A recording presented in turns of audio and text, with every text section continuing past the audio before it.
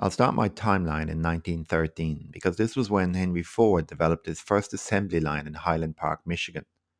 It's a very well known story, and at the time the concept was revolutionary and reduced the time taken to build a car from over 10 hours to 1.5 hours. At the same time, the cost reduced by half to $350, and for the first time, that word flow production was introduced into the lexicon. Think of that image of a stream flowing steady and continuously to its mouth.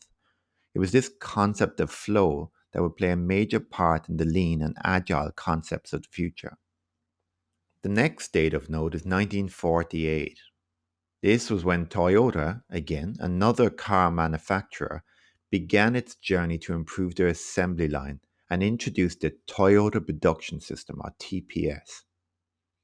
It was developed by two engineers, Teiichi Ono and Eiji Toyoda. It is regarded as a socio-technical system, recognizing the interaction and the interdependence between the technology and the people who work with it.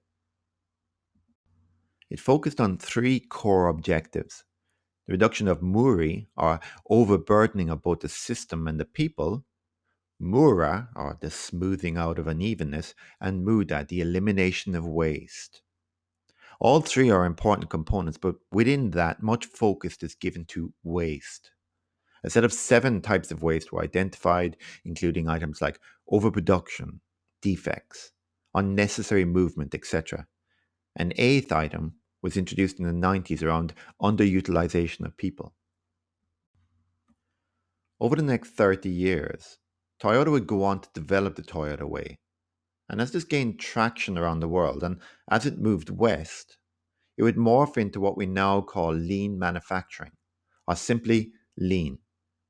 This term lean was first mentioned in a paper in 1988, Triumph of the Lean Production System. It still focused on muda, muri, and mura, and also focused on increasing value by removing anything that does not add value.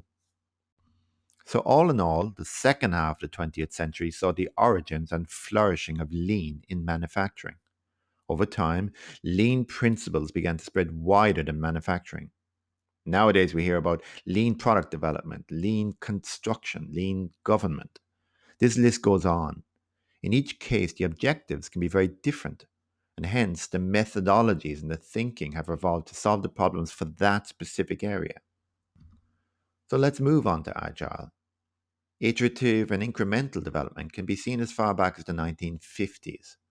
But I'll start this story in 1986 because this was when a Harvard Business Review article called The New Product Development Game used the concept of Scrum from a rugby scrum. And it denoted a shift from the idea of relay races, with team handing the baton to another team to finish the race, to the idea of a single unit of people working together from start to finish to complete an endeavor.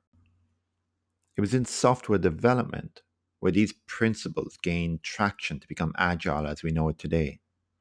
Through the 90s, a number of different methodologies and frameworks for software delivery were being conceived and growing. XP, RUP, RAD, to name a few. Scrum was also beginning.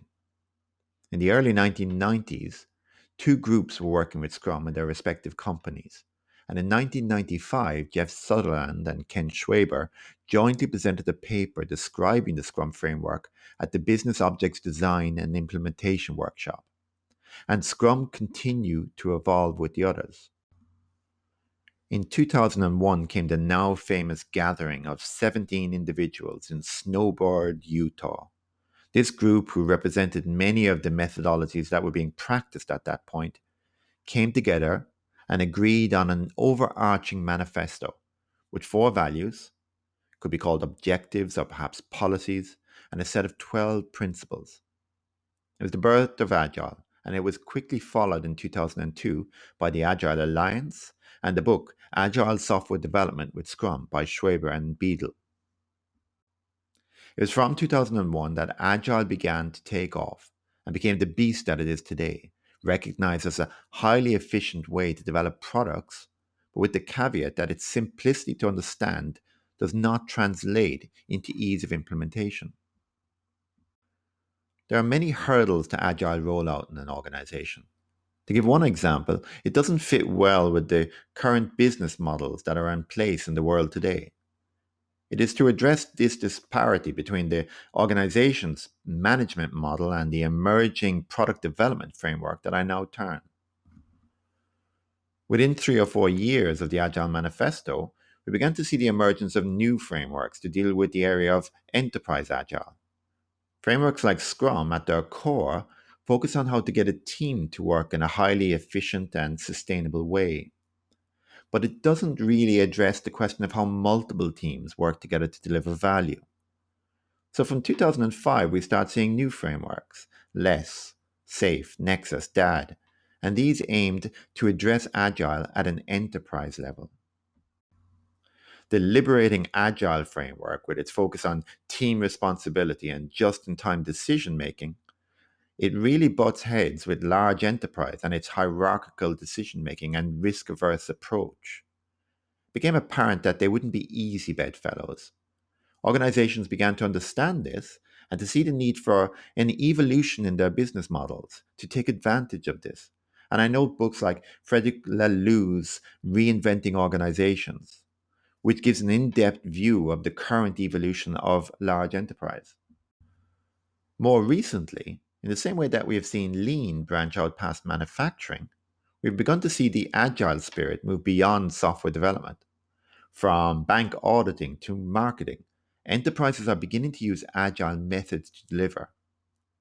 The term agile software development is being replaced with the term agile product development to denote its benefits are beyond its original remit and applicable to many groups who are delivering complex emergent change. And that brings us pretty much up to today.